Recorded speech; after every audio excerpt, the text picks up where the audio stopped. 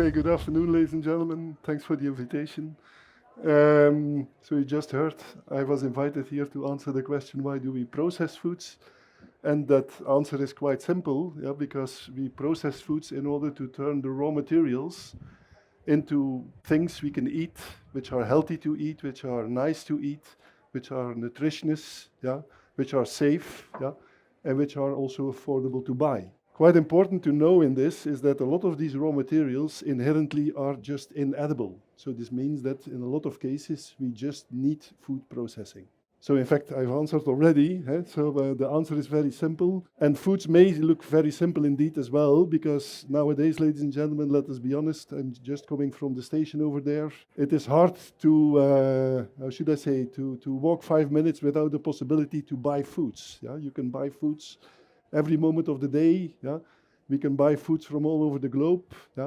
We think that foods are quite normal. And we don't realize that having foods just at hand like that is in fact not so evident, because there is a lot of knowledge and know-how why we can buy just food like that in the supermarket. And that knowledge I would like to call food science, and that know-how I would like to call food processing. Now, if we go back a little bit in history, we think that food processing started about 2 million years ago. This is based on ancient findings of stone tools, which were used to do a kind of preliminary kind of food processing. A dozen of centuries later, we as humans learned to master fire. And of course, this was a major breakthrough, because this would mean, or this implied, that we could start heating these raw materials and to turn them into foods, and to, let's say, get out the potential, the nutritional potential which is present in these raw materials out of these in order to have an edible food. Since then, of course, a lot has happened, and it's due to these evolutions, in fact, that we could develop so successfully as a biological species, I would say, and that we were able to spread the world, because we were able to process foods, and to get good food out of that. Of course, we are living in a totally different world now, and we should not deny that there are also excesses, of course. There are a lot of people in our community who are not able to handle the surplus of foods which are available. People are eating too much. A lot of people are eating too much. We are throwing a lot of food away. So this is also a problem. So there are also a lot of disadvantages, let's say, to the fact that food processing as such is such a big success. Another consequence of this evolution, and this is maybe a little bit contradictory, is that the distance between food production and food and food consumption has grown larger. So this means that the consumer, as just told it, in fact, he does not realize the complexity behind food processing. So there is a kind of alienation between the consumer and the food industry, the people who are processing foods into foods. There are dietary guidelines formulated by governments in order to guide the consumer, in order to show a little bit the way to a healthy food. And traditionally, these dietary guidelines, they have been based on nutrient content. We just heard it as well, in fact. It's based on nutrients. And of course, we have seen evolutions in that. 20 years ago, there was a lot of focus on a too high intake of fats. Nowadays, nutritionists are more concerned about the too high intake of carbohydrates. Okay, this is quite logic, because we get new scientific insights. But at the end of the 2000s, something strange happened. Because by the end of 2009, suddenly in these dietary guidelines, a reference to food processing appeared. And in fact, it is then that concepts like processed foods and ultra-processed foods entered onto the scene.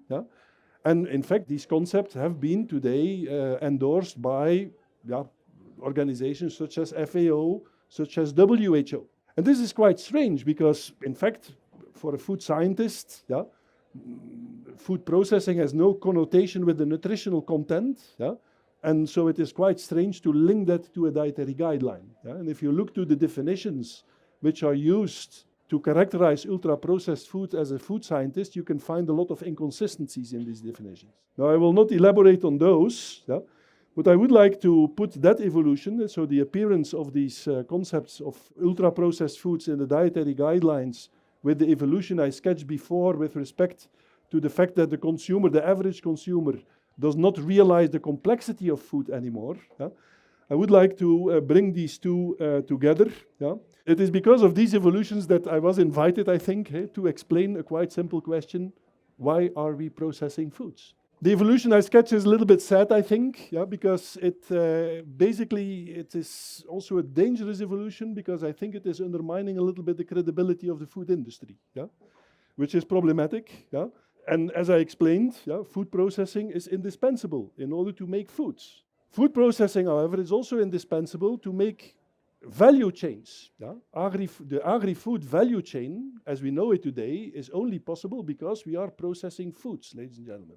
And to just give you an idea about the importance of this food value chain, you're here in Brussels. Yeah? In Flanders, the food industry is the most important industry when you consider turnover, yeah, and when you consider employment. So there is a big societal relevance of the food industry doing processing of foods. If you process foods, yeah, and if you process other agricultural raw materials, yeah, you create a lot of side streams. It is due to processing, due to innovative processes, that these side streams can be valorized into new types of foods. Yeah? That we can create innovative foods with a lot of nutritional relevance, with new nutritional qualities, let's say, yeah, which we did not think about it 30 years ago. Yeah? So food processing is not only a driver with respect to innovation, yeah, but is also making that food chain more sustainable. We are able to use less water because of food processing and because of innovation into food processes. We are able to use less energy. Yeah? We are able to use less raw materials. We are able to create less waste. So this is also a very important aspect in order to consider the sustainability of these food processes. Yeah?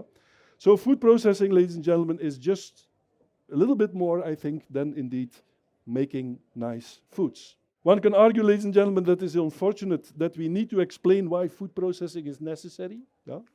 But okay, it is what it is, and I think maybe the industry, the food industry, should take on the challenge and should take also the opportunity, yeah, to communicate a little bit more actively about the positive things which food industry and food processing means for our society, yeah, in order to convince indeed the consumer and also policymakers that the food industry and that food processing is just indispensable in order to provide sustainable foods for the coming years.